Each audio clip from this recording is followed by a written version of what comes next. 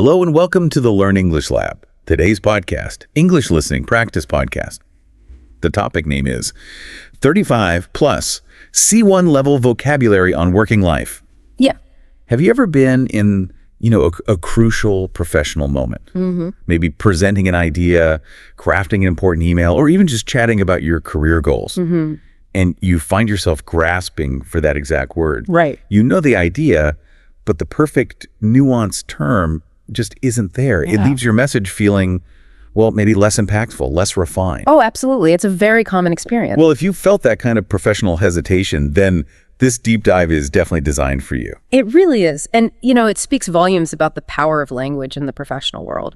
Moving beyond just basic English to a real C1 level in your working life, it isn't just about learning more words. Right. It's more than just quantity. Much more. It's about unlocking those subtle distinctions, understanding the precise implications, and knowing the strategic context where these advanced terms truly make your communication shine. So, this deep dive, think of it as a concentrated pathway. We want to equip you with over 35 sophisticated vocabulary terms. These are words that are pretty essential for navigating everything from performance reviews to complex collaborations, corporate policies, even personal career challenges. Consider this your professional language upgrade then. Our aim today is really to empower you with the specific terminology that lets you articulate complex ideas, describe nuanced situations, and engage in discussions about your career path with, unmatched confidence and remarkable clarity. That's the goal. So we're going to break these terms down, offer clear definitions, look at subtle differences from maybe more common synonyms, and then really illustrate how they're used in practical, real-world professional scenarios. Let's do it. All right. Prepare to seriously enhance your professional linguistic toolkit. Okay, let's begin by focusing on some potent verbs. These describe fundamental actions and achievements in the workplace. And like you said, these aren't just about doing something. They often convey a specific impact or intention, maybe even a level of mastery. Good starting point. So first up, to ace. To ace, like acing a test. Exactly like that, but applied more broadly. To ace something means performing exceptionally well, often really surpassing expectations, especially in a test, a challenge, or maybe a critical task at work. So it implies more than just success. Oh, definitely. It often implies a masterful, comprehensive, kind of undeniable achievement. Other ways to put it might be to excel, to master, or sometimes more informally, to nail it. Okay, nail it. I like that. That's a powerful word to have. Think about how it elevates just simple success. So for instance, if we say, she aced the certification exam after months of dedicated study, what specific insights does that phrasing give us? Well, that sentence paints a very clear picture, doesn't it? Acing the exam tells us much more than just she passed. Right. It signals an outstanding result, perhaps even perfect. For you, the listener, it highlights the immense value of meticulous preparation and sustained effort. So it shows the hard work paid off. Absolutely. That her hard work wasn't just sufficient, it led to an undeniable exemplary success and a critical evaluation. It really distinguishes her from those who just scraped by. And how about in a team setting? The stakes can be incredibly high there. What if the team aced the client presentation, securing the contract? See, their aced describes a collective triumph. It's a high-stakes business environment. Definitely. It suggests the team didn't just deliver the presentation. They did it with, say, compelling delivery, strategic insight, maybe a flawless understanding of what the client actually needed. And the result speaks for itself. Exactly. The direct outcome securing the contract underscores that acing it here means performing at a level that directly translates into a significant, desirable business win. It showcases competence, sure, but also a truly winning execution under pressure. Okay, one more for ace. Considering individual skill in maybe a complex situation, he aced the negotiation by anticipating all objections. Ooh, that's a good one. This really showcases sophisticated interpersonal skills, doesn't it? And strategic foresight. Yeah, thinking ahead. Precisely. To ace a negotiation isn't just about getting what you want. It speaks to a profound level of preparedness, an intelligent prediction of counter-arguments, And knowing how to handle them. and the nuanced ability to disarm them effectively. Yes, It suggests a mastery of strategic communication and a really deep understanding of the other party's position. Using this phrase in your own professional discussions, it can certainly boost how people perceive your capability in strategic roles. It signals you're someone who thinks several steps ahead. That's really useful. Okay, next verb. To appoint. Right, to appoint. This means formally assigning someone a specific responsibility, a role, or a job. It carries a significant sense of official designation and authority. So more formal than just hiring. Much more formal.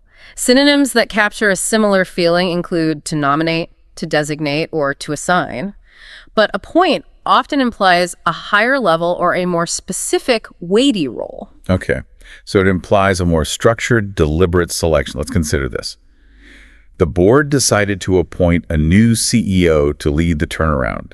What does appoint convey about the weight of that specific decision? Well, this illustrates a major corporate governance decision. It really underscores its gravity. When a board appoints a CEO, especially for something critical like a company turnaround, it's definitely not a casual choice. It signifies the formal bestowal of immense authority and responsibility. A lot of trust involved.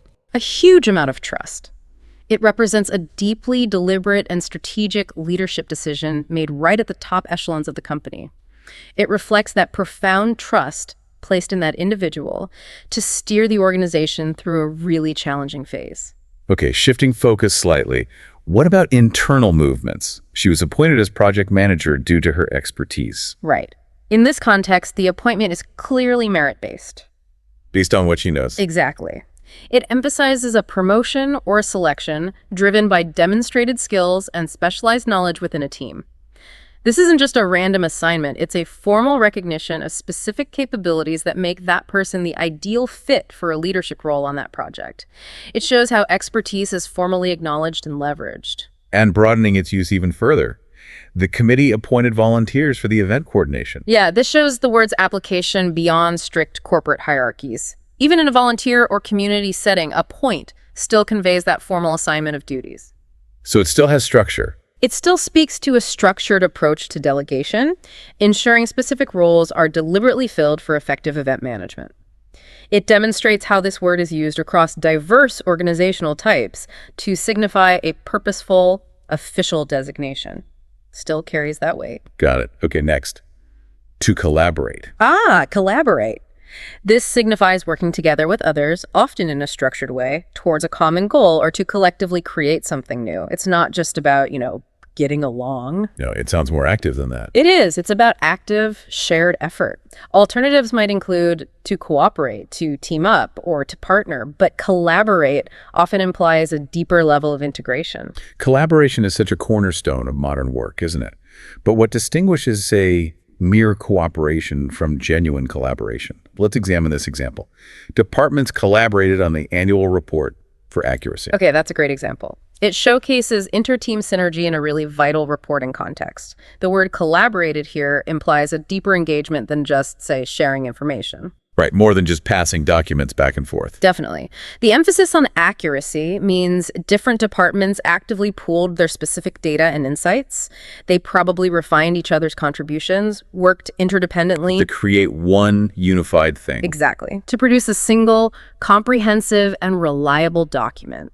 This is often a hallmark of strong corporate governance and high-quality output. It shows that complex tasks really benefit immensely from that shared, integrated effort. Makes sense. Thinking globally now, how about scientists collaborated internationally to develop the vaccine? Oh, that highlights global cooperation on an extraordinary scale, often in high-stakes research fields like medicine. Huge stakes there. Immense. Developing a vaccine is a massive undertaking. It requires specialized knowledge, huge resources, shared scientific endeavor from various disciplines all across the world. Collaborated truly captures the grand scope and profound societal impact of that kind of joint effort. It shows that some of humanity's most critical challenges are just too vast for any single entity to tackle alone. A powerful example.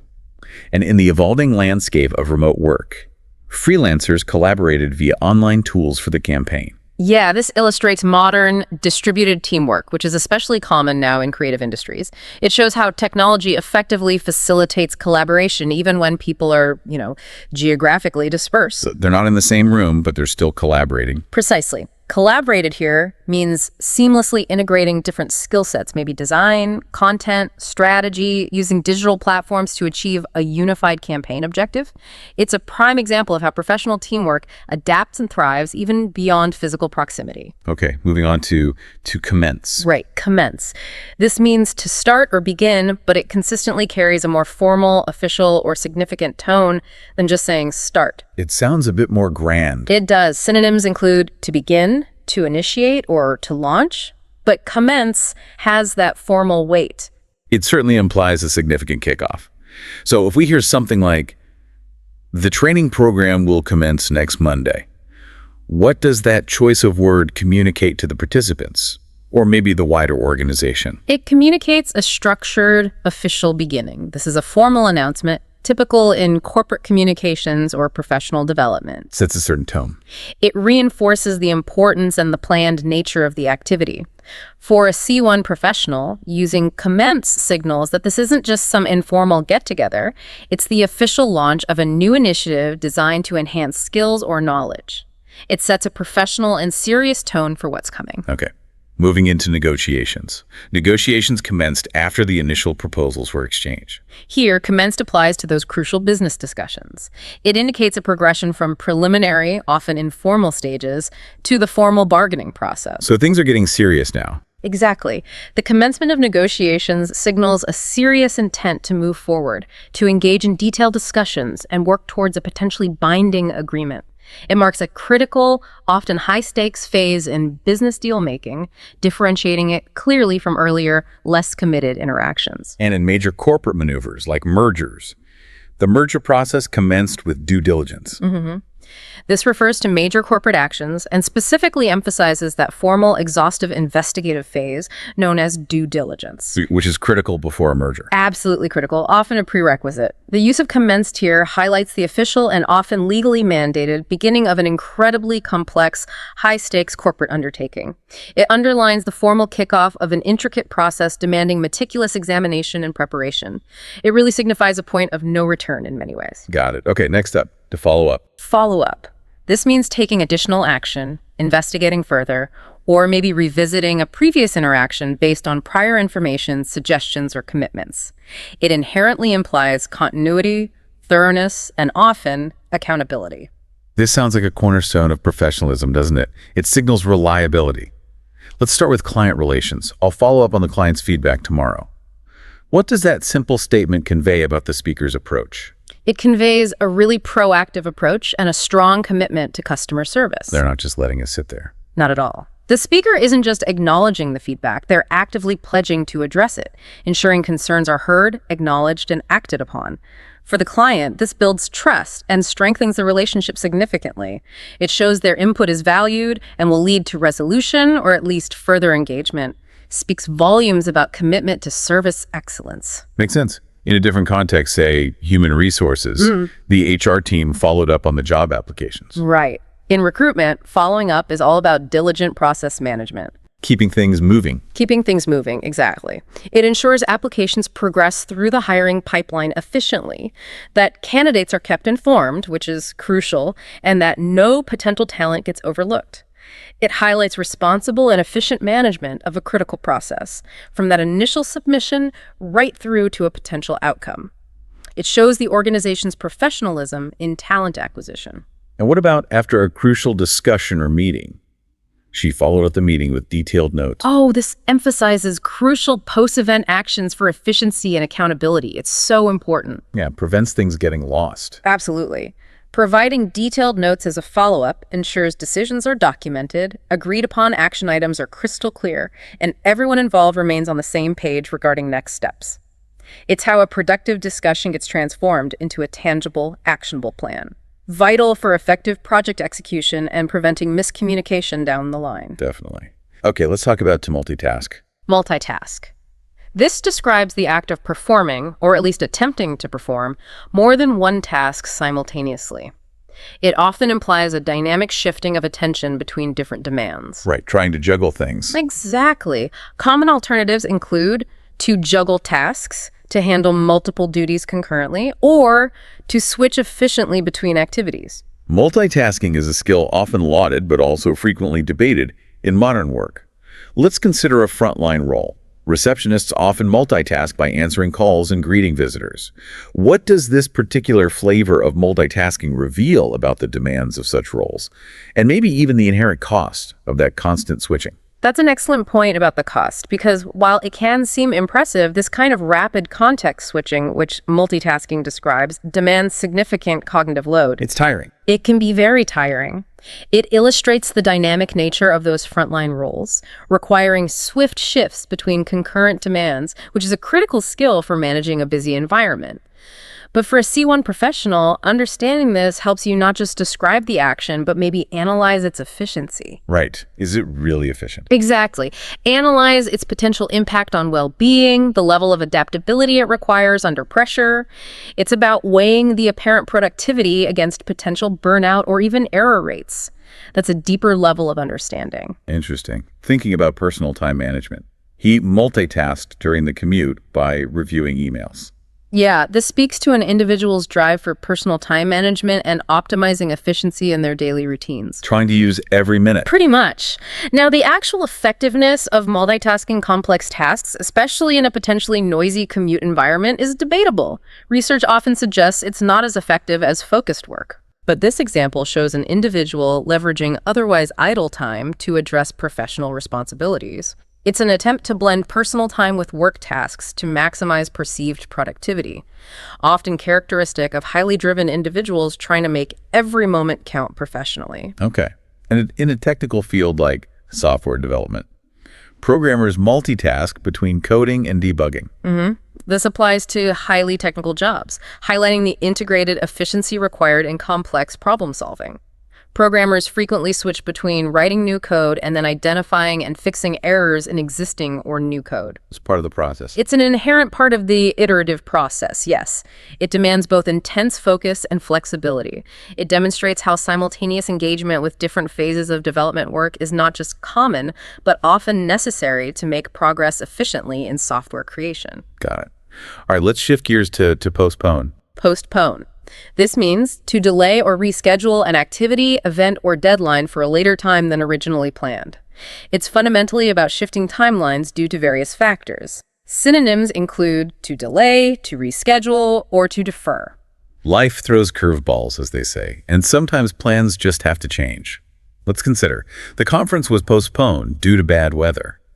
What does this tell us about the decision-making process in situations like that? Well, it demonstrates how external, uncontrollable factors can significantly impact major events. Things beyond anyone's control. Exactly. Postponement in this scenario is a necessary operational decision. It prioritizes safety and logistics over sticking rigidly to the original schedule.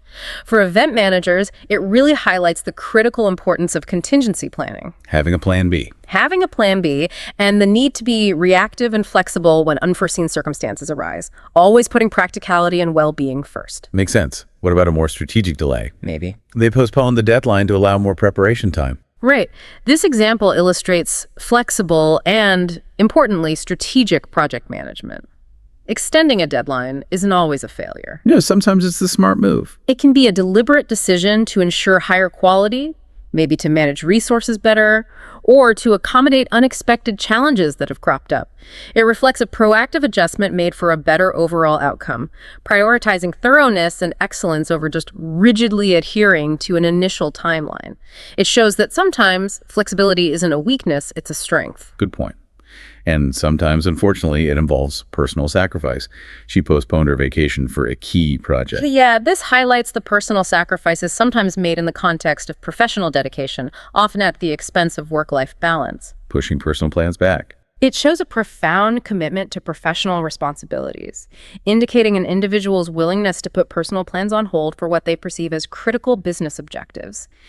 It speaks to a high level of dedication, but it also points to the inherent pressures of high-stakes work where professional priorities can, at least temporarily, supersede personal ones. It's a tough balance sometimes. Yeah. Okay, next. To recruit. Recruit. This means to actively find, attract, and then employ suitable people for a company or organization. It covers the entire process of bringing new talent into a team or business. Synonyms include to hire, to enlist, or to onboard. Recruitment is truly the lifeblood of any growing business, isn't it? Without the right talent, things stall. let's look at a common entry-level strategy, the firm recruiting graduates through campus drives. What's the strategic thinking behind that specific approach? Well, this highlights specific entry-level hiring strategies. It emphasizes how companies proactively tap into new talent pools directly from academic institutions. Going straight to the source. Going straight to the source. Campus drives are a structured way to identify and attract promising individuals early in their careers. For a firm, it's really about building a sustainable talent pipeline for the future. Yeah, planning ahead. Exactly. Fostering a connection with emerging professionals, and often it allows them to shape these individuals to fit the company culture right from the ground up. Makes sense. What about when highly specialized skills are needed? Say, managers recruited specialists for the new tech team. This demonstrates targeted talent acquisition. For highly technical or niche roles, companies often can't just rely on general applications coming in. No, they need specific expertise. Precisely. Managers actively seek out individuals with very specific skill sets, maybe certain certifications, particular experience. This reflects a focused, sometimes even headhunted approach to filling critical positions within specialized teams. Precision in hiring is paramount here because general recruitment just won't cut it for those advanced specific needs. Okay. And for businesses with fluctuating demands, like retail during the holidays, agencies recruit staff for seasonal positions annually. This example applies to the dynamic needs of temporary workforces. It's very common in industries with those big seasonal peaks and troughs, like retail or tourism. Yeah, hospitality too. Hospitality, absolutely. Recruitment agencies play a crucial role here in efficiently sourcing and placing workers for shorter durations. It helps businesses scale up or down as required. It illustrates agile workforce management, showing how companies adapt their staffing to specific market or operational cycles without the long-term commitment and cost of permanent hires. Very practical. All right, our last verb in this section. To resign. Resign. This is to officially announce one's departure from a job, position, or office. It's a formal act of voluntarily leaving. Alternatives include to quit, to step down, or simply to leave. Resign carries that formal weight. Resignation is always a significant moment in any career, often marking a real pivotal decision. Let's consider. He resigned after accepting a better offer elsewhere. What does this common scenario tell us about career mobility in today's market? Well, it vividly illustrates career progression decisions and the dynamics of the modern job market. People moving around more. People definitely moving around more. An individual making such a strategic move is often advancing professionally, maybe seeking improved compensation, greater responsibilities, or new opportunities for growth. It speaks to market mobility and personal career ambition. It shows how individuals actively manage and propel their career trajectories in a competitive environment. Right. But sometimes the reasons for resignation are, well, less positive. The director resigned amid the ongoing scandal. Yes, this example connects resignation directly to ethical issues or crisis situations. In circumstances like that, a resignation often serves to limit reputational damage to the organization. Damage control. Damage control, exactly. Or it signifies an acceptance of accountability for controversial ends. It really underscores the immense weight of public perception and leadership responsibility. It reveals that senior roles carry significant personal and professional risk, which can sometimes lead to a forced, or at least strongly encouraged, departure. And what about when personal growth takes precedence over the current job? She resigned to pursue further education. This highlights a choice driven purely by personal development and long-term vision. Investing in herself. Investing in herself, precisely.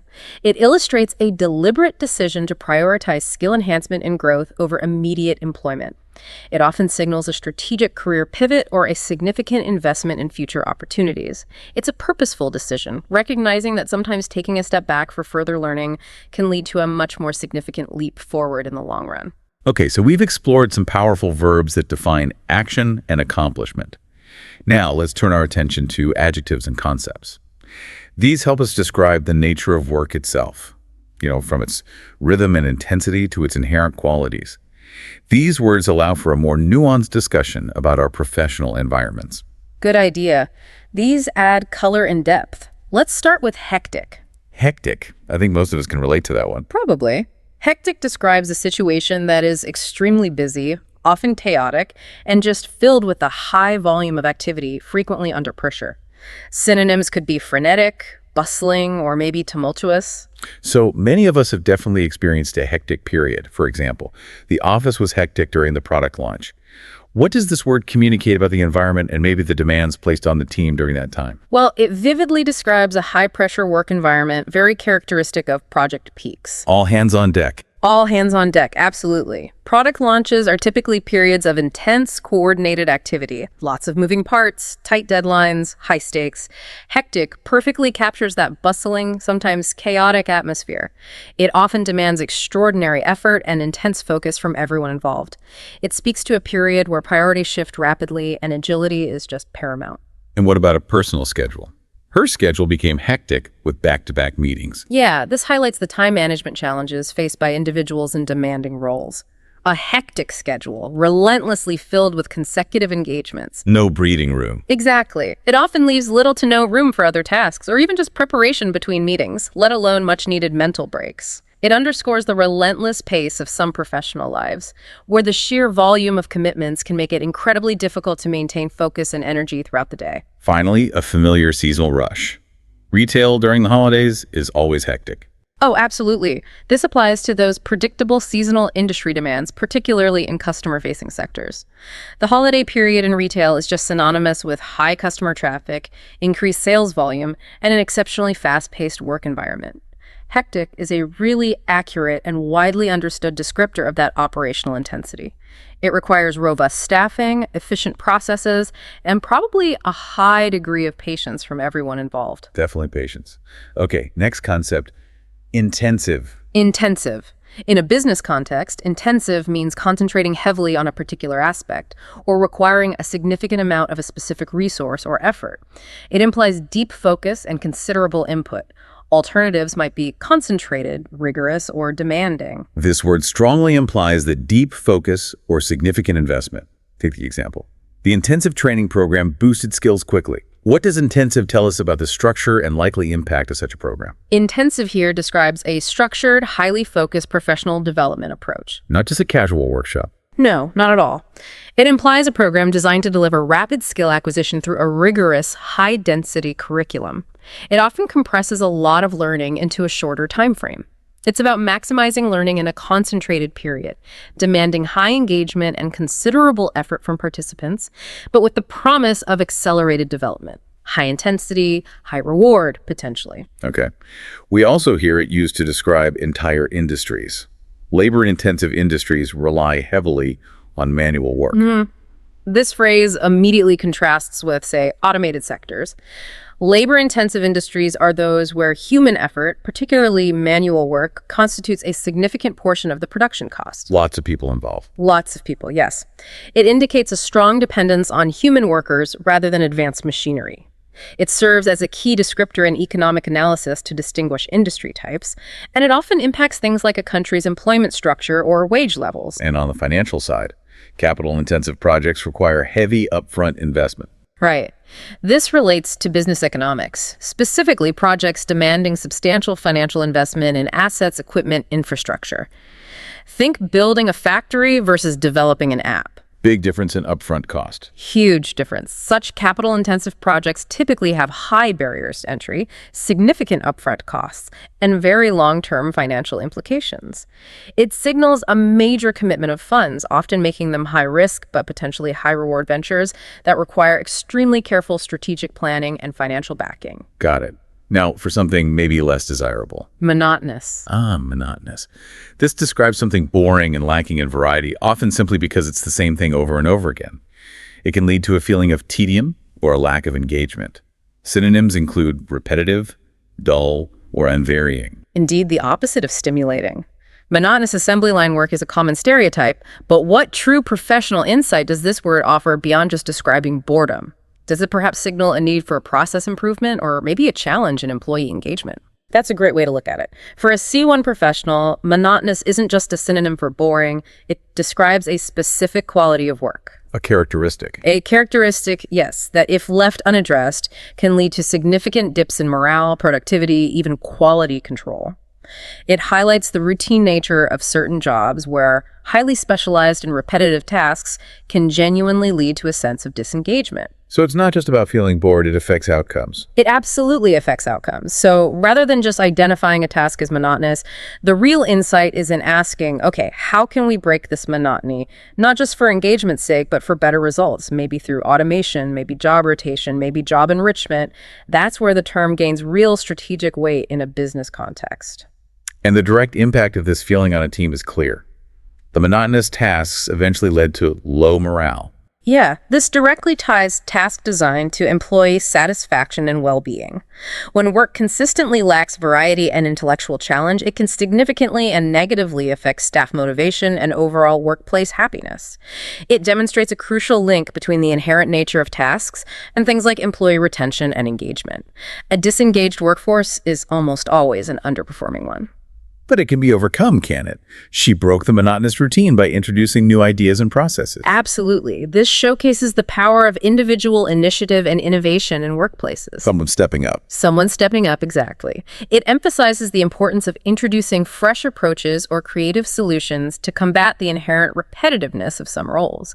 This not only improves efficiency sometimes, but it also significantly boosts employee engagement. It's a positive example of proactive problem solving, where one person's initiative can truly transform the work experience for themselves and maybe even their team. That's encouraging. Okay, next term. One-on-one. One-on-one. This describes an activity or interaction that involves only two people. It emphasizes direct, individualized, and often private engagement. Alternatives could be personal, individual, or private, but one-on-one is very common in professional contexts. In a world of mass communication and big meetings, the value of a one-on-one interaction often feels amplified. It seems crucial for feedback and personal development. For example, the manager held regular one-on-one reviews with each staff member. What makes this approach so effective for performance discussions, do you think? Well, it emphasizes individualized and focused performance feedback. Tailored to the person. Completely tailored. One-on-one reviews allow for those personalized discussions about an employee's progress, their goals, their challenges. It fosters a much more direct and often more effective communication channel between a manager and their report. It's about tailored guidance and evaluation, which is far more impactful and relevant than, say, generic feedback shared in a large group setting. Privacy helps too. Definitely. And for skill improvement specifically. One-on-one coaching dramatically improved her presentation skills. Yes, this clearly applies to mentoring in careers. Individualized attention from a coach can significantly accelerate skill development. Because it's focused. It's focused, it addresses specific weaknesses and tailors strategies precisely to that single person's learning style and needs. It represents the ultimate personalized learning experience, ensuring development is highly relevant, targeted, and therefore incredibly effective for the individual. Much faster progress, usually. And in client relations, many businesses thrive on this approach. High-value clients often prefer one-on-one consultation. Oh, absolutely. This speaks volumes about service industries where personalized attention is highly valued, maybe even expected. Like financial advice or consulting. Exactly. Clients often seek and prefer direct, private interactions to discuss their specific needs and concerns. This approach ensures bespoke advice and helps build a deeper, more trusting client relationship. It addresses the demand for customized service, which is a powerful driver of client loyalty and satisfaction, especially at the high end. Makes perfect sense.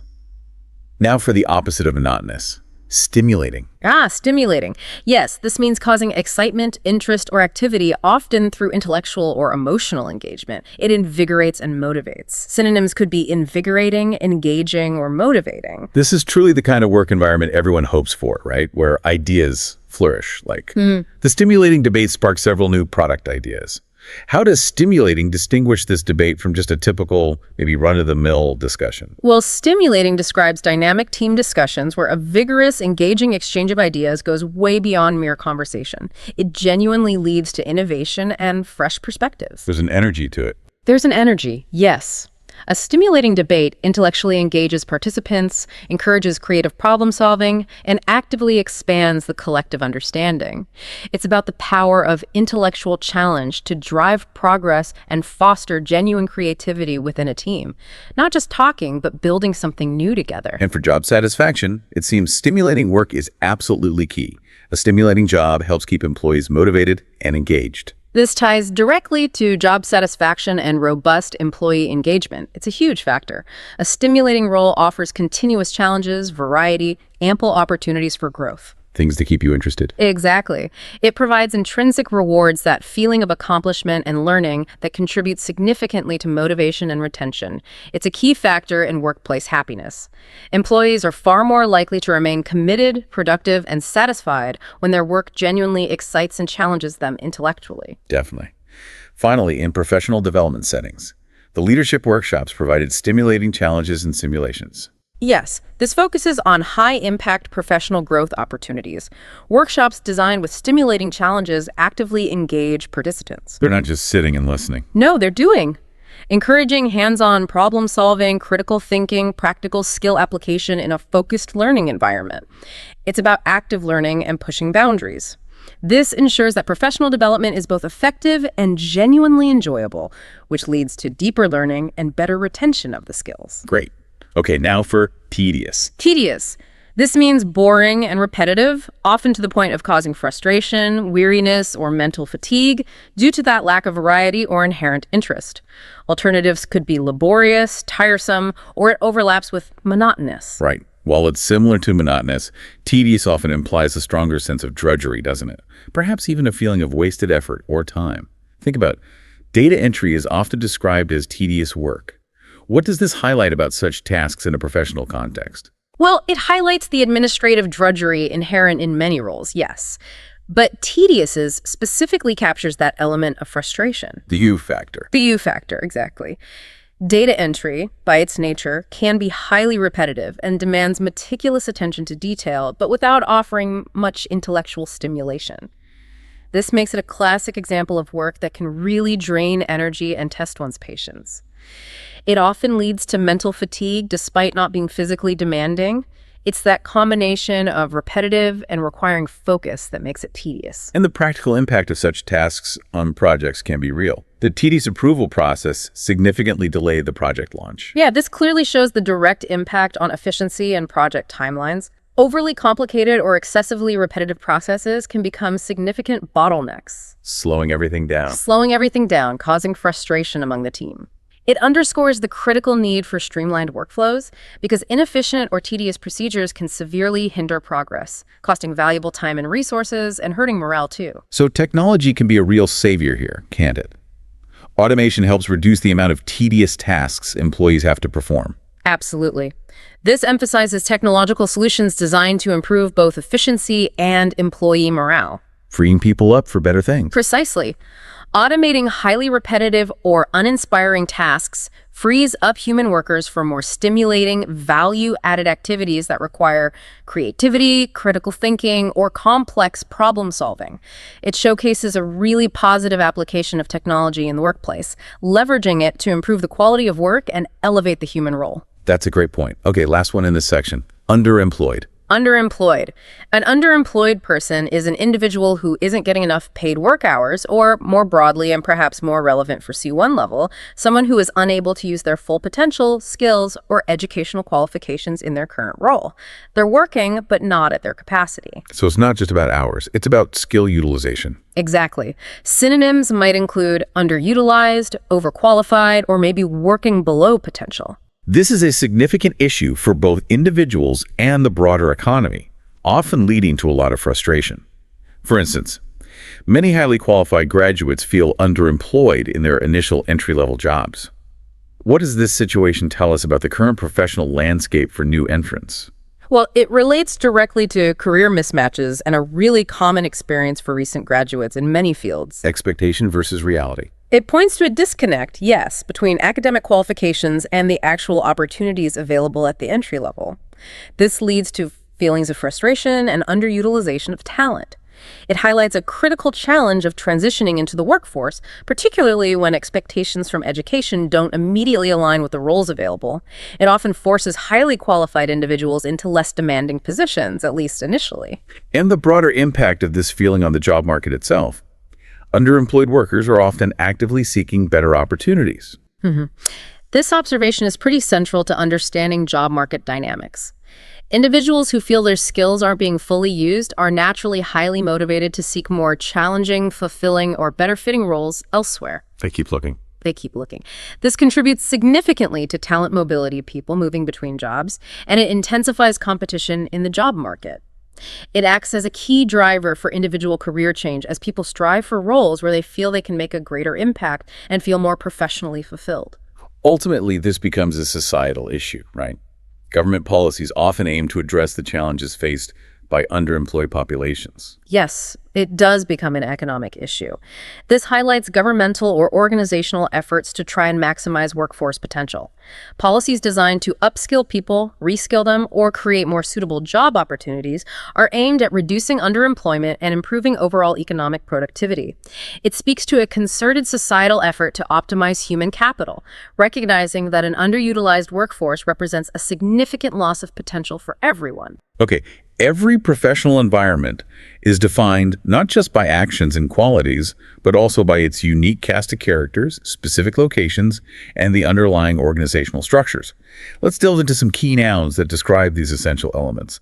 This should give us deeper insight into the professional ecosystem. Sounds good. Let's start with a specific place, the boardroom. The boardroom conjures up images of big decisions. It does. Specifically, it's the room where the board of directors meets. But as you say, it's more than just a physical space. It profoundly symbolizes high-level decision-making and corporate governance. While it is a meeting room, other terms like executive suite or meeting hall don't quite capture its unique gravitas. That's an important distinction. It's more than just a room. It's where significant power and strategic direction reside.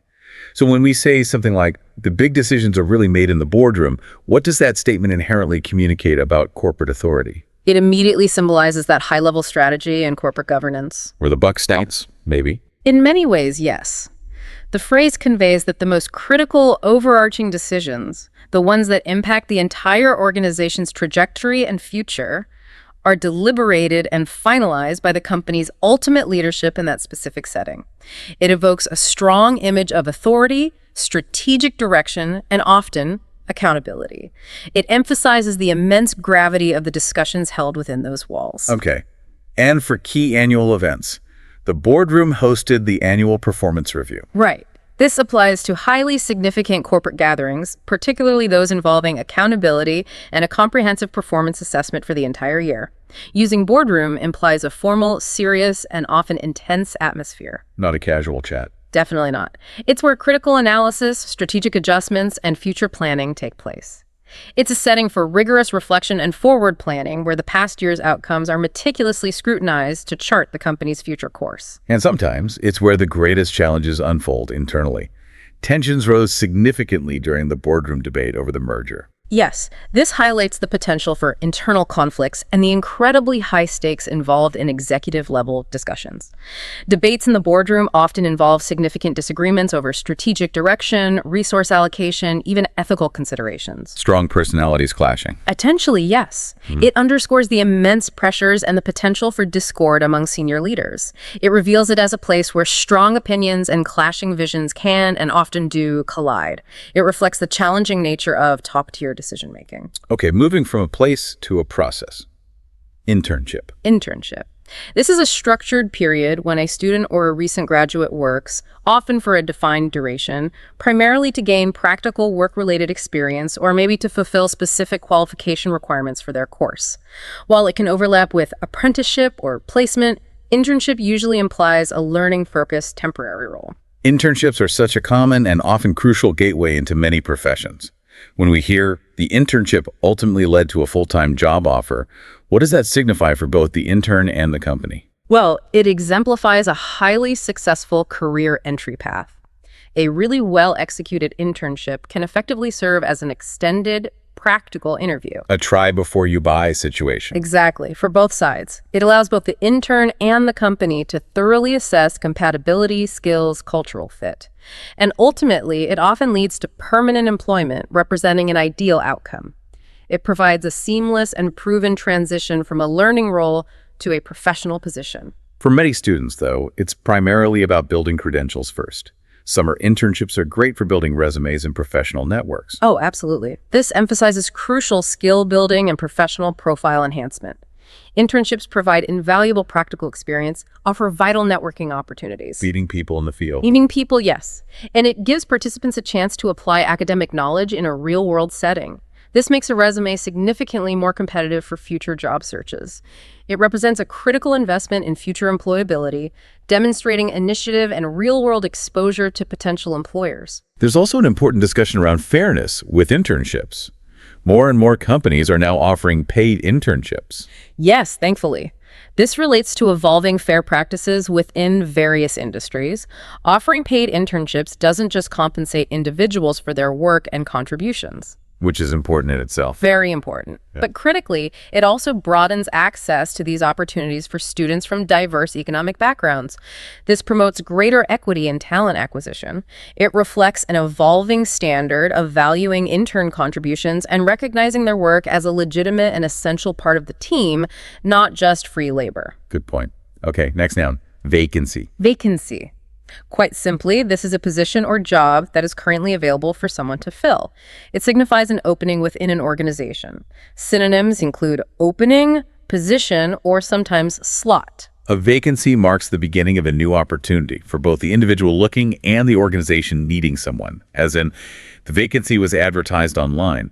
What does this common practice reveal about modern recruitment methods? Well, it refers to common recruitment advertising and really the predominant method of modern job searching. Where everyone looks first. Pretty much. Yeah. Online platforms, job boards, LinkedIn, company websites are now the primary channels for employers to publicize available roles and effectively attract a wide pool of applicants.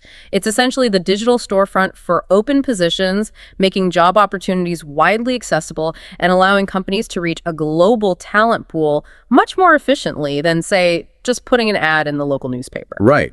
Sometimes, however, filling a vacancy can be a really protracted process. Filling the senior management vacancy took almost 6 months. This highlights the significant hiring challenges that companies can face, especially for senior or specialized roles. Finding the right person isn't easy. It's not. These challenges can stem from a scarcity of specialized talent, a highly competitive market for certain skills, maybe difficulties in finding the right cultural fit for the leadership team. It points to the inherent complexities of talent acquisition.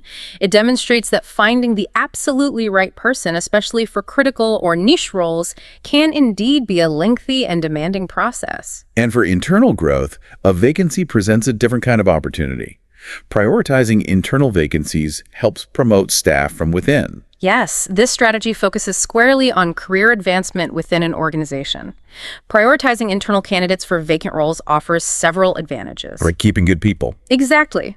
It encourages employee loyalty, it effectively leverages existing institutional knowledge, they already know the company, and it provides clear pathways for professional growth within the company. It's a powerful strategy for nurturing existing talent and demonstrating a profound commitment to employee development and retention. Shows people there is a future there. That's key. Okay, let's talk about the people we work with. Coworkers. Coworker. This is someone who works with another person, often sharing the same job, being part of the same team, or just operating within the same organization. Alternatives include colleague, teammate, or sometimes associate. Coworker is perhaps the most general term. These are the individuals we spend a significant portion of our professional lives with, often shaping our daily experience for better or worse. For example, my coworker shared some really helpful tips for using the new software. What does this simple act reveal about the dynamics of a positive workplace? Well, it illustrates effective office collaboration and invaluable peer support. Helping each other out. Helping each other out. Coworkers often learn immensely from each other, sharing insights, shortcuts, best practices that contribute to both individual and collective efficiency. It's about that informal knowledge transfer that happens daily. It fosters a supportive, collaborative, and knowledgeable environment, which is crucial for team success and individual development. And for team spirit, they play a vital role too. Coworkers got together to celebrate the project milestone. Yes, this emphasizes the importance of team spirit and recognizing shared successes. Celebrating milestones fosters camaraderie, significantly boosts morale. Makes people feel good. Makes people feel good, reinforces a sense of collective achievement within a professional group. It's about building a positive work culture where successes are shared experiences, strengthening bonds, and motivating everyone towards future accomplishments together. And in today's remote-first or hybrid environment, remote coworkers communicate primarily via chat platforms like Slack or Teams. This speaks to the evolving realities of modern distributed workforces. Online chat platforms have become indispensable tools for remote coworkers. Essential now. Essential for maintaining continuous communication, coordinating tasks effectively, and even trying to simulate some of the spontaneous interactions you'd get in a physical office. It highlights a significant technological shift in communication, enabling teamwork and a sense of connection regardless of geographical location. Okay, now for the person often in charge, supervisor. Supervisor. This is an individual who observes, directs, or oversees the work of other people or a specific activity. Essentially, they are a direct manager, though sometimes the term implies a more hands-on, immediate level of oversight. Synonyms include manager, overseer, or informally, boss. The supervisor is such a key figure in any organizational structure, often the first point of contact for an employee regarding daily tasks or issues. Consider, the supervisor needs to approve all leave requests. What does this seemingly routine action tell us about their role and authority? Well, it relates to administrative roles and the fundamental functions of management. Approving leave is a routine but exceptionally important task. Someone has to do it. Someone has to, and it highlights the supervisor's authority in managing their team's time and attendance. It's a foundational aspect of operational management, ensuring policies are followed and employee needs are balanced thoughtfully with business requirements. It affects both morale and productivity. And for employee development, their role is even more critical, isn't it? Supervisors are expected to provide regular performance feedback. Oh, absolutely. This focuses on guidance and performance management, which is really a core responsibility of a supervisor. Regular, constructive feedback is crucial for employee development. Helps people grow. Helps people grow, understand their strengths, identify areas for improvement, and clearly see how their work contributes to broader organizational goals. It's a key driver of professional growth, enabling employees to continuously improve and align with strategic objectives. A good supervisor is invaluable here. Definitely. For new team members, the supervisor is the immediate anchor. New hires typically report directly to their assigned supervisor. Yes, this highlights the established hierarchy within an organization and is a critical part of the onboarding process. New employees are usually introduced to their direct supervisor first. Their main point of contact. Their main point of contact, establishing the primary reporting line and providing a clear, immediate person for guidance, support, and integration into the team and company culture. It defines the initial chain of command, ensuring clear communication and accountability right from the very beginning of their employment. Okay, let's talk about the term amateur. Amateur. This describes someone who lacks the necessary skill, experience, or professional training for a specific activity or profession. Often, they undertake tasks out of personal interest rather than as a paid occupation, but in a professional context, it usually implies a lack of professional level competence.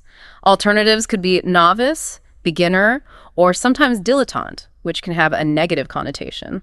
Everyone starts somewhere, don't they? And the path from amateur to expert is often one of practical, hands-on learning.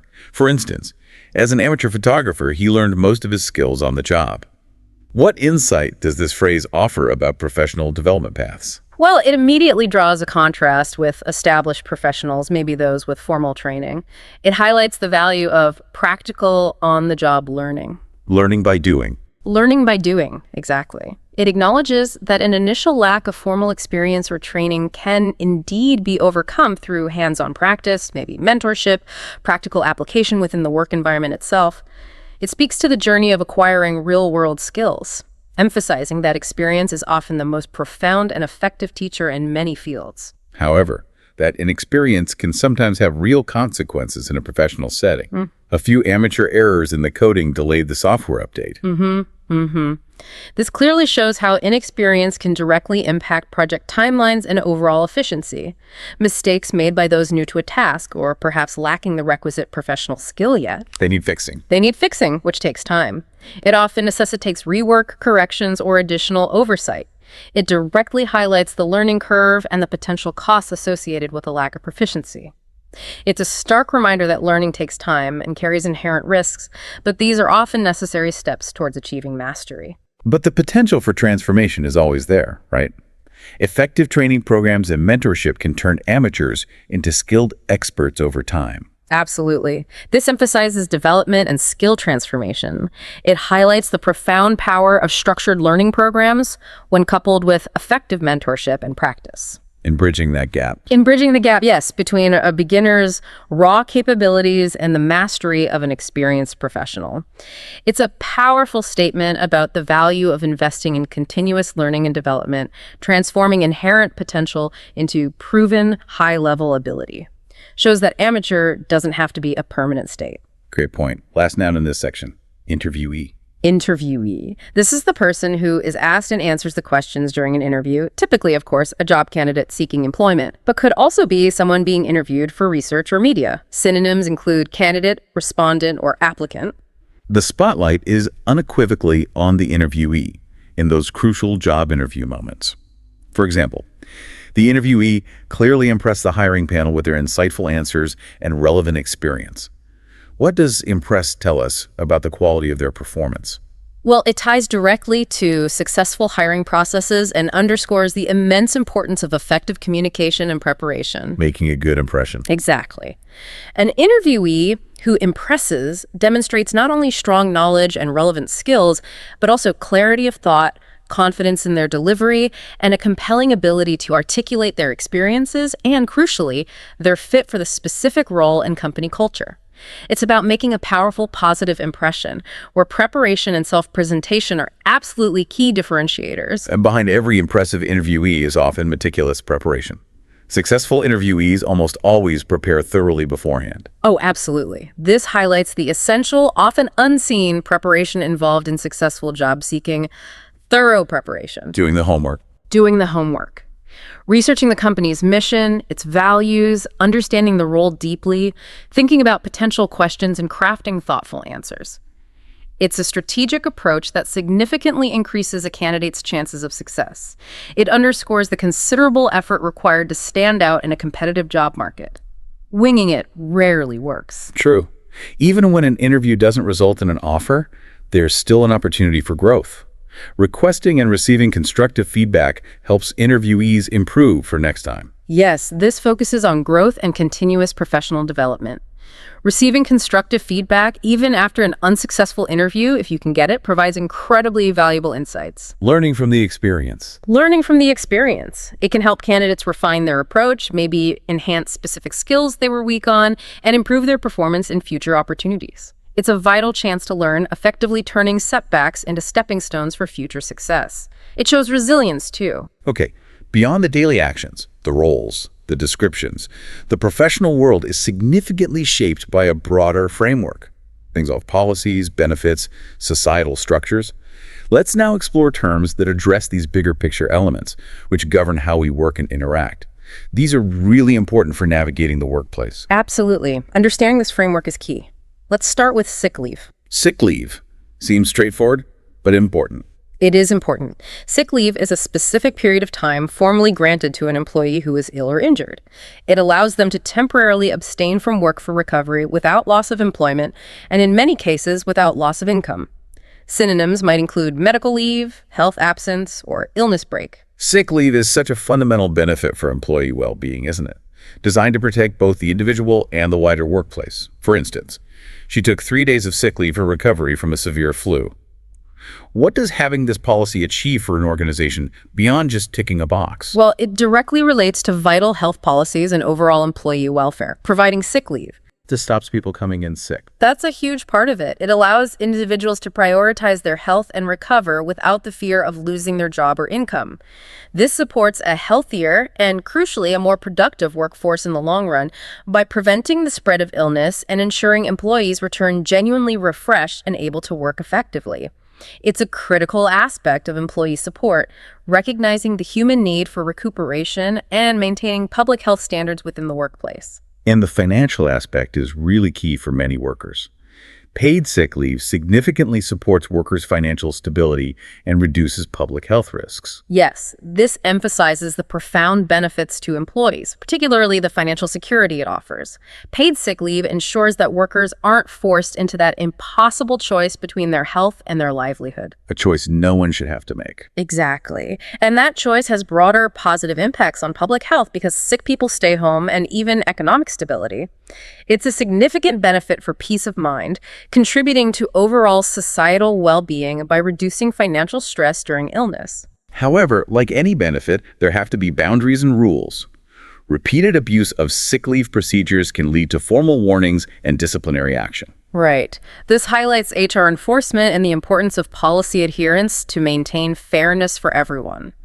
While sick leave is an essential employee right, its misuse can indeed lead to disciplinary actions. It's got to be fair to the system. Gotta be fair. It underscores the delicate balance between employee benefits and organizational responsibilities.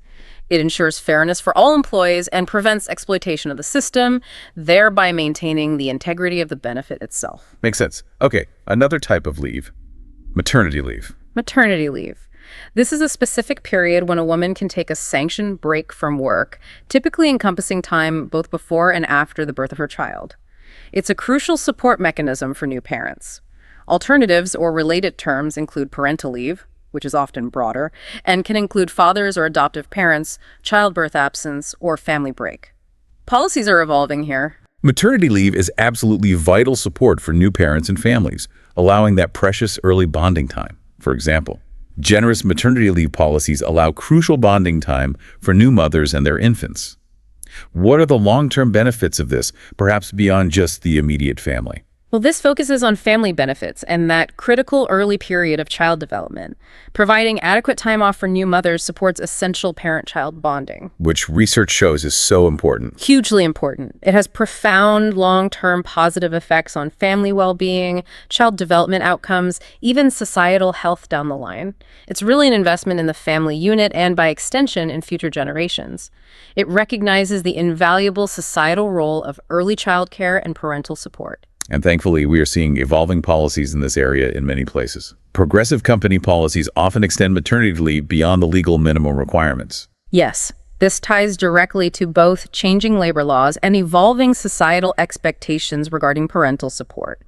Many countries and forward-thinking companies are now extending maternity and broader parental leave periods. Reflecting modern needs. Reflecting modern needs, a greater commitment to supporting working families, and fostering gender equality in the workplace and at home.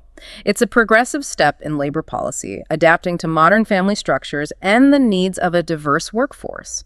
It often signals a positive shift in organizational values towards employee well-being. Yet, returning to work after maternity leave presents its own unique set of challenges for many women. Returning from maternity leave often requires significant personal adjustment and workplace support. Absolutely. This highlights the substantial transitions mothers face when re-entering the workforce. Adjusting to new routines, managing childcare responsibilities, maybe dealing with sleep deprivation, and reintegrating into professional demands. It's a lot to juggle. It's a huge amount to juggle. It underscores the critical need for supportive workplace environments during this period. Employers can play a pivotal role in easing that transition through things like flexible arrangements, understanding, providing resources, maybe phased returns. It acknowledges the practical realities. Very important. Okay, let's revisit multitasking, but this time as a noun. Right, the noun multitasking. This refers to the ability or the practice of people performing more than one task simultaneously. It's the concept itself, distinct from the verb to multitask. Alternatives could be task juggling, concurrent handling, or perhaps efficient task switching, though efficient is often debated. We discussed to multitask as an action, but the concept of multitasking as a noun has become really central to how we often think about productivity, hasn't it? Some still view it very positively. Effective multitasking is often seen to boost productivity in fast-paced office environments. What's the strategic thought behind that perspective? Well, this reflects a common and often positive view of efficiency, particularly in certain contexts. Where it might actually work. Where it might. In roles that involve managing a varied stream of maybe less complex duties, think administrative roles. Some client-facing positions, the ability for effective multitasking, handling multiple small tasks concurrently, can sometimes lead to higher perceived output. It champions the idea of maximizing output through simultaneous engagement, allowing for a swift response to varied demands. But there's that significant flip side we touched on earlier, which warrants real caution, doesn't it? Research suggests excessive multitasking is a known cause of errors and reduced overall quality. Absolutely. This serves as a critical warning of the drawbacks, specifically the detrimental impact on quality and accuracy. While some types of multitasking might be beneficial, attempting to juggle too many complex, cognitively demanding tasks almost inevitably leads to reduced focus, an increase in mistakes. Things get missed. Things get missed, and diminished overall performance quality. It's a crucial caution against overdoing it. It recognizes the inherent limits of human cognitive capacity and the very real context-switching costs involved in constantly shifting focus between demanding tasks. Quality often suffers. So how does technology try to help us navigate this tricky terrain? Modern software tools aim to aid effective multitasking, especially for remote workforces. Yeah, this relates directly to technological solutions designed for managing work in modern, often distributed environments. Things like project management software, sophisticated communication platforms, digital organizers. They help organize the chaos. They try to organize the chaos, exactly. They can significantly help workers, especially remote ones, effectively manage multiple responsibilities and switch between tasks perhaps more seamlessly or with better tracking. It's about enabling a more structured and less frantic workflow in a virtual setting, allowing for more controlled rather than just reactive task management. Helps keep track of all the balls in the air. Right. Okay, next term, labor. Labor. This refers broadly to work, particularly physically difficult work. Or collectively, it can refer to all the individuals who work the workforce. It can also signify the effort expended. Synonyms vary depending on the meaning. Toil, effort, manual work for the activity, or workforce, employees, staff when referring to the people. Labor is such a foundational concept, central to economics and society. Take this example. Construction labor is indispensable for building the vital infrastructure we rely on. What does this highlight about its contribution? Well, this example applies specifically to physical jobs and underscores their absolutely critical contribution to society. We wouldn't have roads or buildings without it. Exactly. It highlights how the manual effort, the specialized skills, the sheer dedication of construction workers are essential for creating the physical backbone of our communities and economies. It speaks to the tangible foundational output of human effort, demonstrating the fundamental role of physical work in societal development and progress. Often undervalued, perhaps. Good point. And for workers' rights, the term labor is often linked strongly to collective action.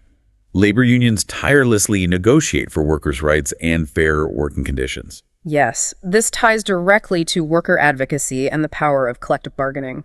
Labor unions play a crucial role in representing workers' collective interests. Strength in numbers. Strength in numbers. Negotiating for better wages, improved working conditions, enhanced benefits. It powerfully demonstrates the impact of organized labor, showcasing how collective protection and advancement can ensure fair treatment and equitable compensation for the broader workforce, often influencing both public policy and corporate practices. And for valuing different skill sets within the workforce.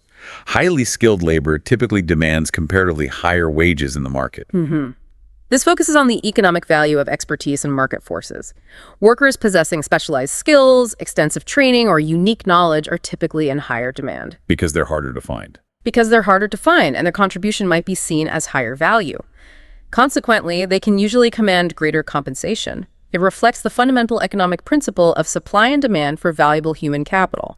It's a clear illustration of how unique and hard-to-acquire abilities are valued and paid for in the marketplace. Okay, a very serious topic now. Discrimination. Yes, discrimination.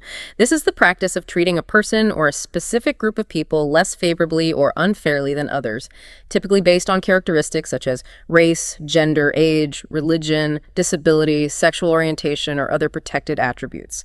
Synonyms include bias, prejudice, or simply unfairness. Discrimination is a serious, pervasive issue in any workplace, with profound legal and ethical implications.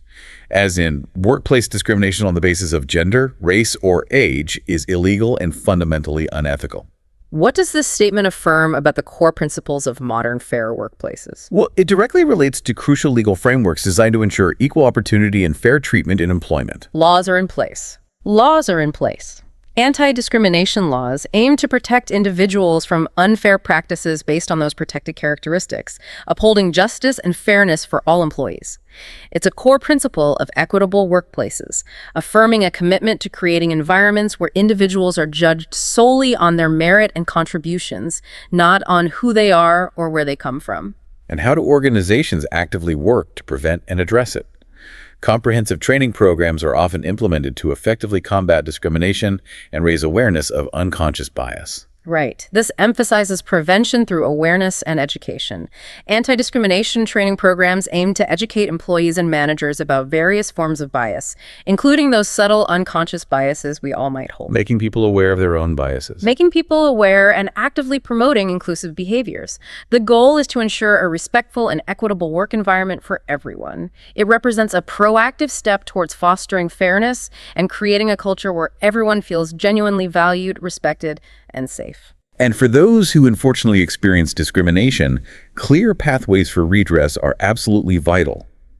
Victims are strongly encouraged to report discrimination incidents through official, confidential channels. Yes. This highlights the essential response mechanisms that must be in place for addressing grievances. Providing clear, accessible, and safe channels for reporting discrimination is vital for ensuring justice, accountability, And allowing the company to act. and enabling organizations to promptly investigate and rectify unfair practices. Yes. It empowers individuals to seek redress, ensuring that unfair treatment is not tolerated and can be addressed effectively and impartially. This helps foster trust that the system will work. Crucial. Okay, let's talk about retirement. Pension. Pension. Sure. This is a regular payment made to a retired person, typically by the government, like a state pension, or by a former employer, based on their contributions or years of service. It's a form of long-term financial security for retirement. Synonyms include retirement fund, annuity, or superannuation, common in some countries like Australia. Pensions represent a cornerstone of long-term financial security for many people, offering peace of mind about life after active employment ends. For example, well-structured company pensions can significantly secure an employee's post-retirement life. What is the broader societal importance of this kind of security? Well, it highlights critical financial planning and long-term security. Pensions are meticulously designed, ideally, to provide a steady, reliable income stream for individuals after they cease working. Predictable income. Predictable income, ensuring financial stability and the ability to maintain a dignified retirement. It's a fundamental pillar of retirement planning for many. It offers peace of mind about one's future and can reduce reliance on public assistance, thereby having broader positive economic benefits for society as a whole. And for companies looking to attract and retain employees, robust pension plans can be a powerful tool in the talent war. Offering competitive company pensions is often crucial for attracting and retaining top talent. Oh, definitely. This ties directly to benefits packages and overall employer competitiveness in the job market. Robust pension plans can be a significant draw for potential employees. Shows the company cares long-term. Exactly. It demonstrates a company's profound commitment to its workforce's long-term welfare. This makes them considerably more attractive in a competitive job market. It's a key part of a comprehensive compensation strategy, signaling an organization's deep investment in its employees' future financial well-being beyond just the monthly paycheck. And at a national level, we often hear about pension reforms as demographic shift and life expectancy increases. Governments frequently need to adjust pension ages and contribution policies to ensure the long-term sustainability of the system. Yes, this relates to dynamic policy changes, often driven by those significant demographic shifts, increased life expectancies, and evolving economic factors. Governments sometimes need to adjust the age at which individuals can receive state pensions or modify contribution rates To keep the system solvent. to keep the system solvent and sustainable for future generations. Yes, it's a highly dynamic and often politically sensitive area of public policy, constantly trying to balance societal needs, individual expectations, and economic realities. Complex stuff. Okay. Let's discuss reference. Reference. In the employment context, this refers to a formal statement, usually a letter or sometimes a verbal recommendation, provided by a former employer, colleague, or maybe an academic institution about a past employee or student. It offers information to support a new job application. Synonyms include recommendation, endorsement, or testimonial. References are absolutely crucial for job applications, aren't they? They act as a kind of third-party validation of a candidate's abilities and character. Consider, having strong references from previous managers can significantly boost a candidate's application in a competitive field. How impactful is a really good reference? Potentially very impactful. This emphasizes their profound influence in hiring decisions. Positive references from credible sources. Someone the new employer trusts. Someone they trust? Yes. It can significantly enhance a candidate's application by independently verifying their skills, their work ethic, their character, their professional contributions. This makes them a far more appealing prospect. It's a powerful validation of a candidate's abilities, adding immense credibility to the claims they've made on their resume and in the interview. And who is typically best positioned to provide a powerful, detailed reference?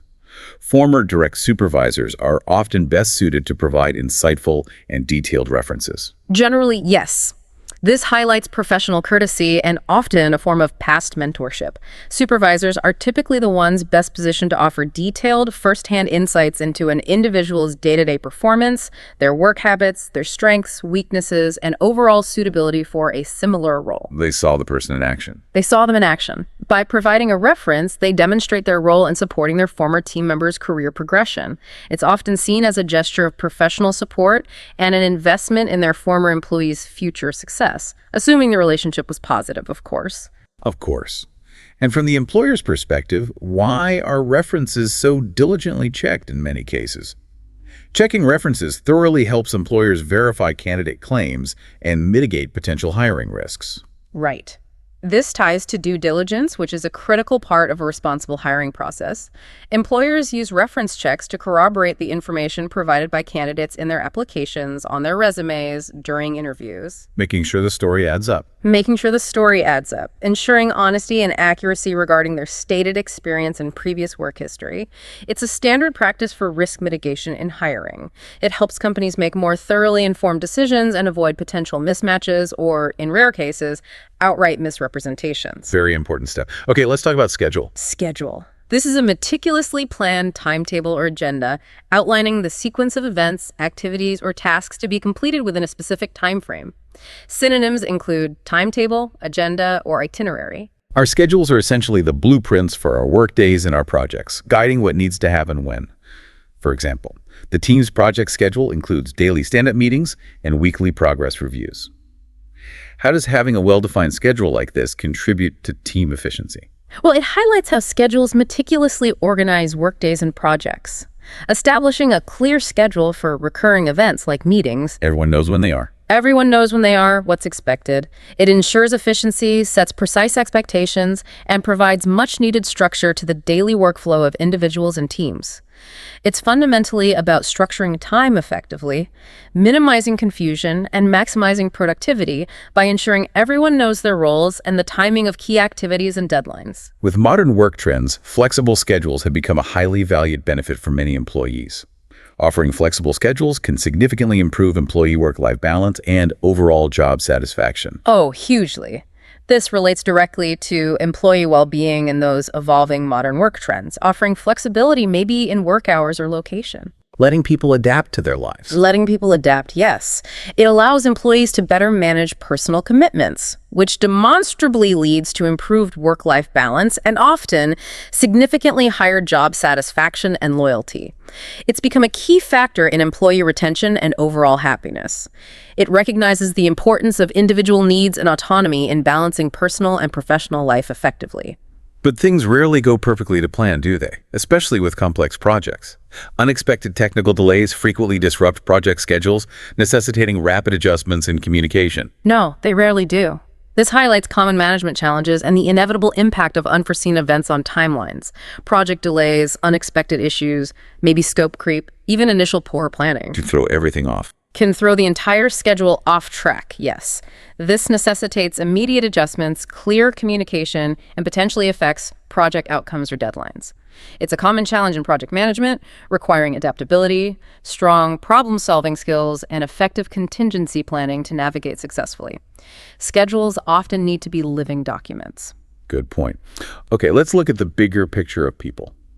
The workforce. The workforce. This refers collectively to all the individuals who are employed or available for work within a particular company, a specific industry, or even an entire country.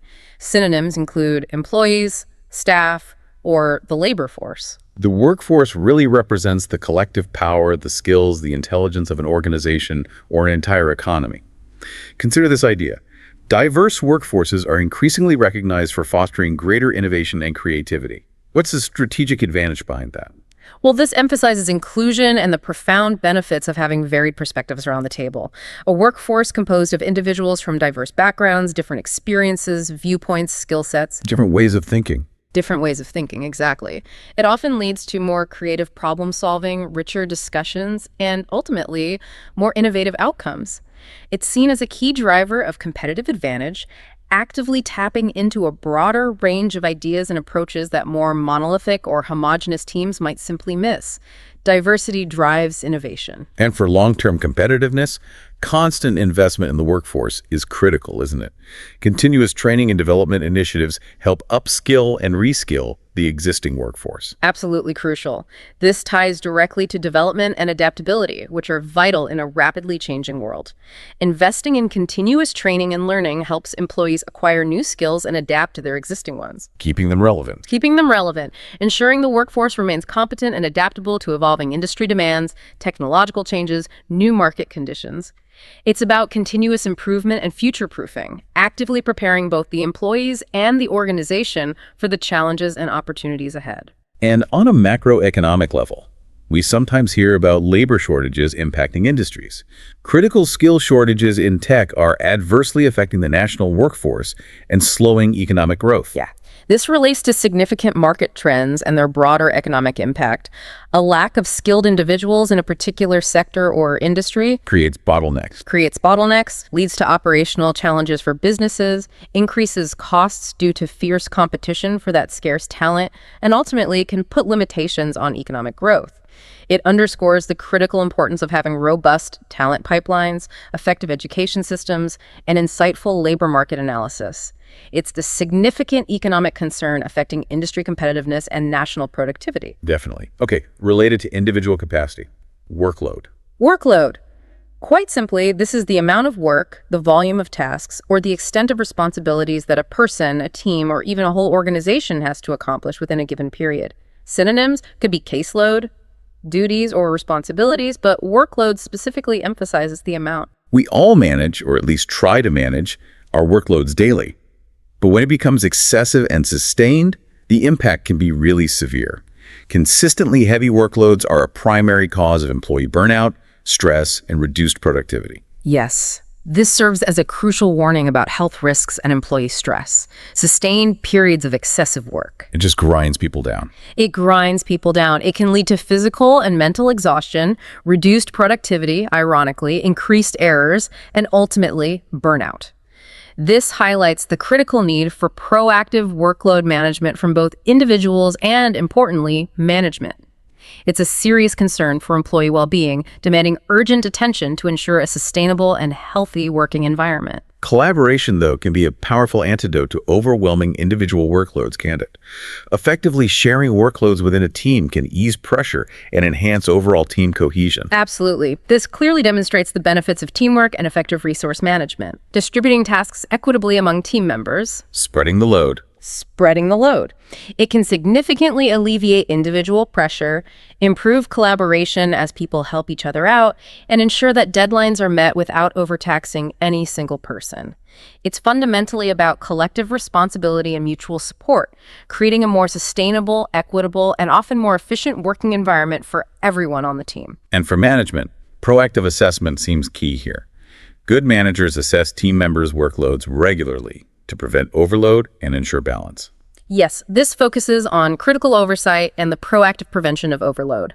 Regular and, importantly, honest assessment by managers helps to identify potential bottlenecks early. Before someone burns out.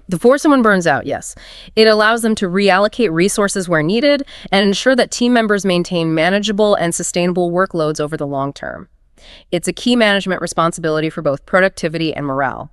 It contributes significantly to a healthier, more efficient, and ultimately more engaged and sustainable team. Okay, 2 more terms related to policies and contracts. First, notice. Notice. In this context, notice refers to a formal statement or letter declaring an intention to end an agreement, particularly an employment contract or maybe of a residential lease.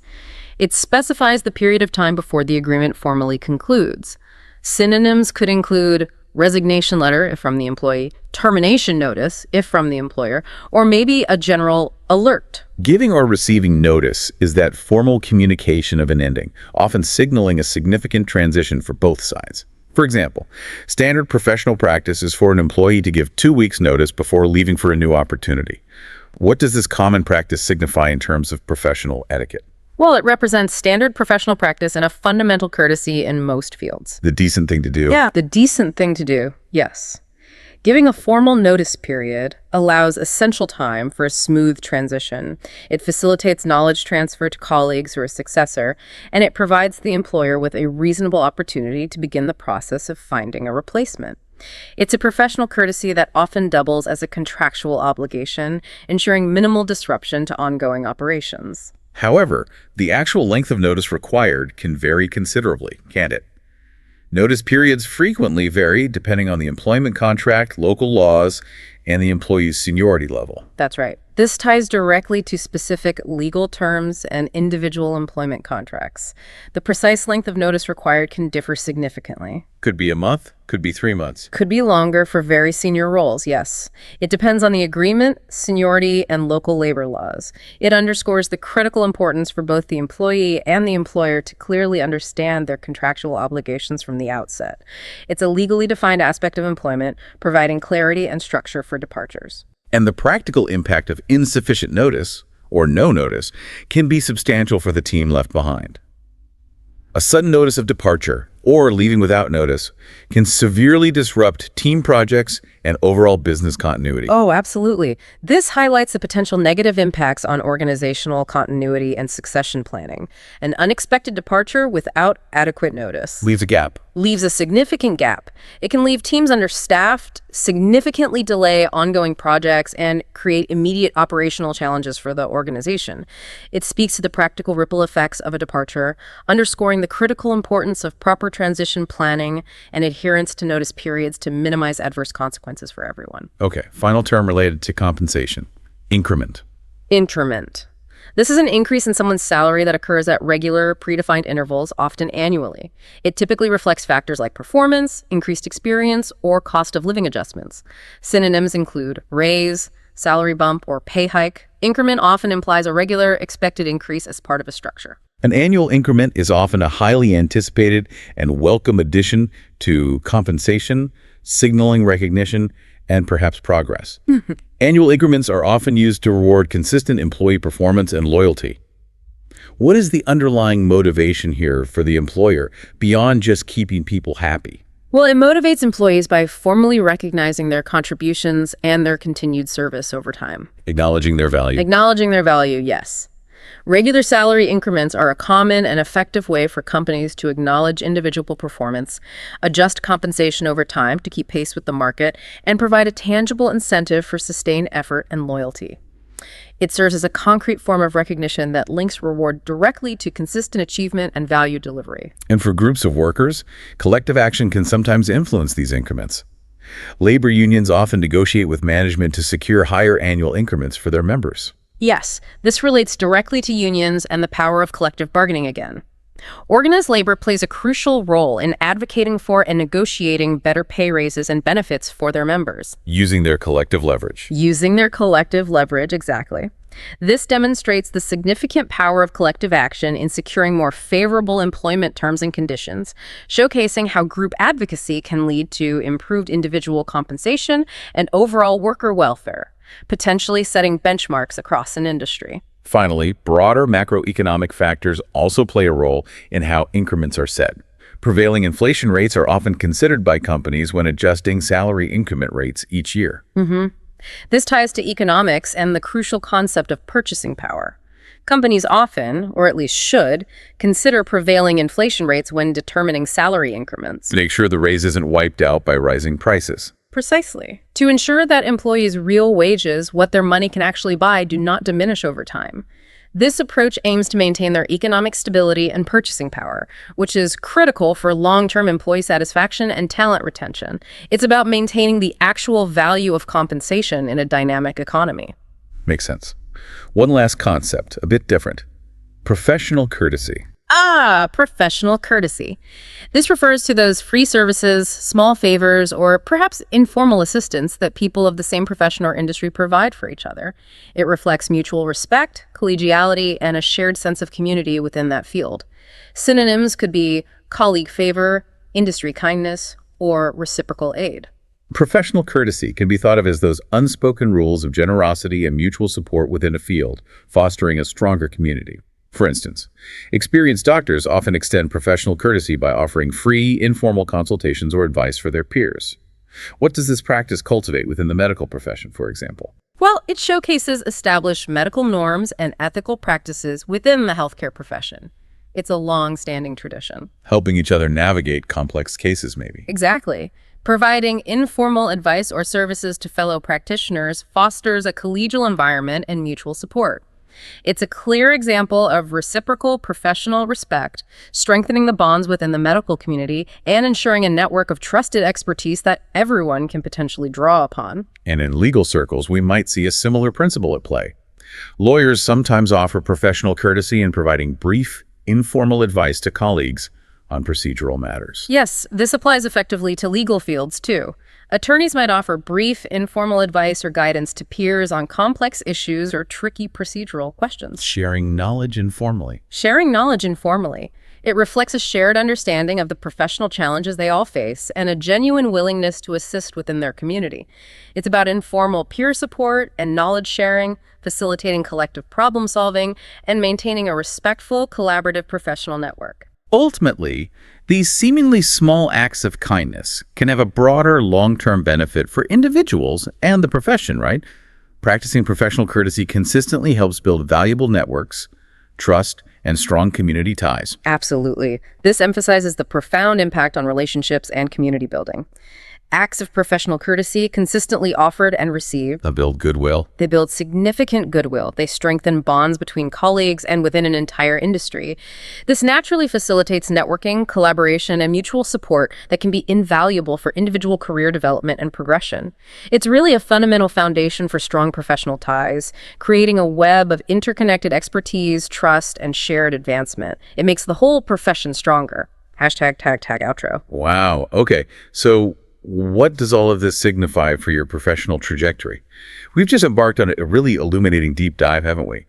Over 36 C1 level vocabulary terms that are absolutely pivotal for anyone aiming to communicate with, well, unparalleled confidence and precision in their working life. From the high-stakes gravitas of boardroom decisions to the essential everyday act of collaborating effectively with a coworker.